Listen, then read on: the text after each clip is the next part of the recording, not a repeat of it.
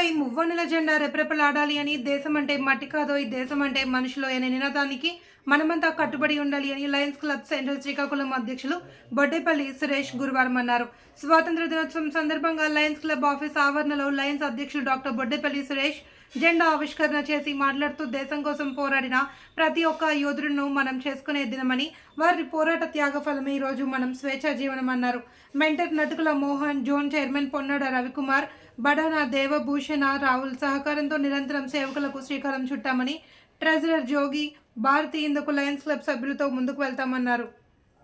అయితే అందరికీ స్వాతంత్ర దినోత్సవ శుభాకాంక్షలు తెలియజేస్తూ ఒక్కసారి ప్రతి ఒక్కరూ ఒక మానవ సేవ మాధవ సేవ అనుకుని మానవ సేవలో ముందుండి మనం అందరం ఉన్నాం కాబట్టి మానవ సేవే